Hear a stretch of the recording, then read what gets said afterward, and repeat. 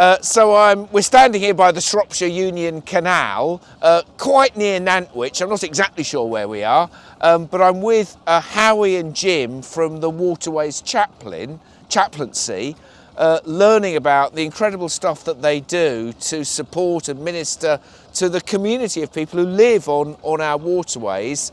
Howie, tell us a bit about what the chaplaincy does. Well, we work with anybody who is what we would loosely term the canal-based economy. So that's people like the gentleman, the couple here, which have just moored up on their narrow boat.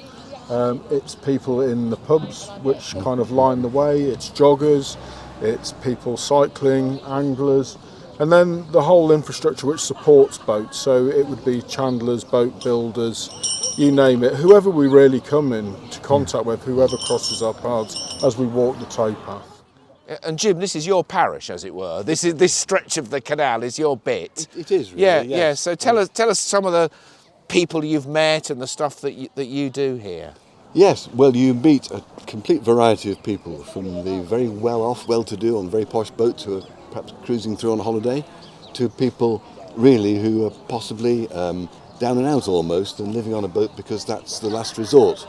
No finance or very limited finance, and sometimes with health issues, mental and or physical, sometimes both.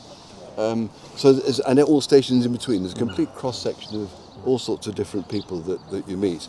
Sometimes families, sometimes single people. And sometimes people are okay with no problems, but sometimes there are issues, and we get to find out about them. It's a slow burning thing, at least I think it is. I don't want to impose myself on people. I rather wait for people to engage with me, and that means building trust. And then once we've done that, we can help.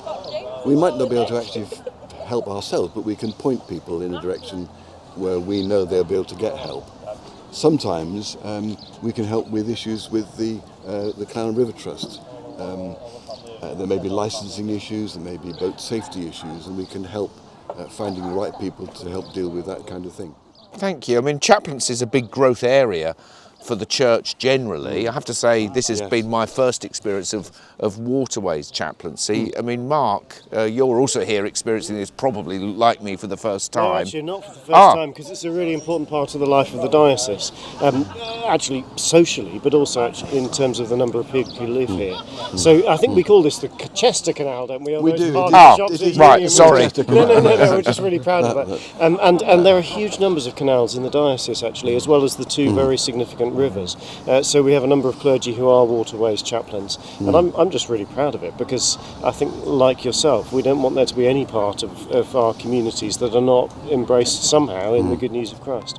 So no, I've walked the waterways a number of times with the chaplains. Yeah, and already we've walked, I think, about 200 yards so far, and we've already had 2 encounters with people. So it's really, and that's what happens. Yeah, it's really inspiring to see what you're doing. Thank you. If I could just comment that the chaplaincy operates what we call a strategic triangle.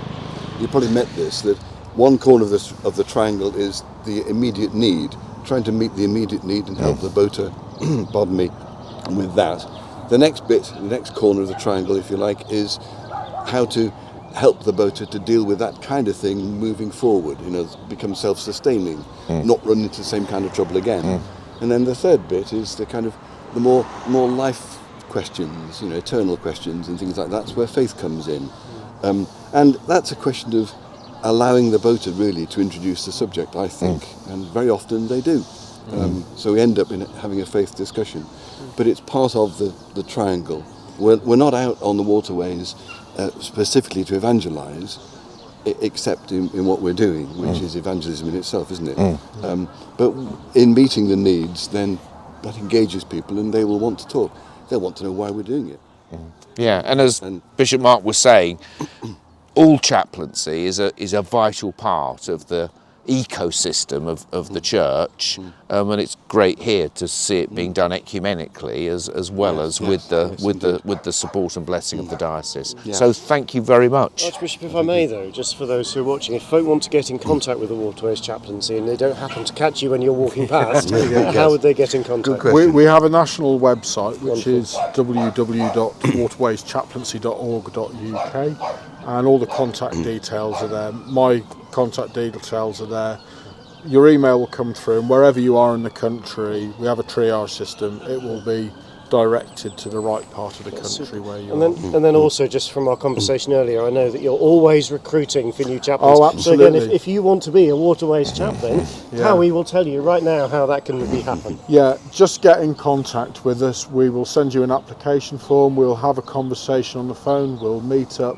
We provide comprehensive training and support to all of our chaplains and mentoring. And what I would say is, you know, it is one of the most life-affirming things you can be involved in. I can guarantee you that whenever you walk out, you will have, you know, times with people, and times with people who actually generally won't set foot inside of church. And this is across the whole country, isn't it? Yes, It's not just yeah.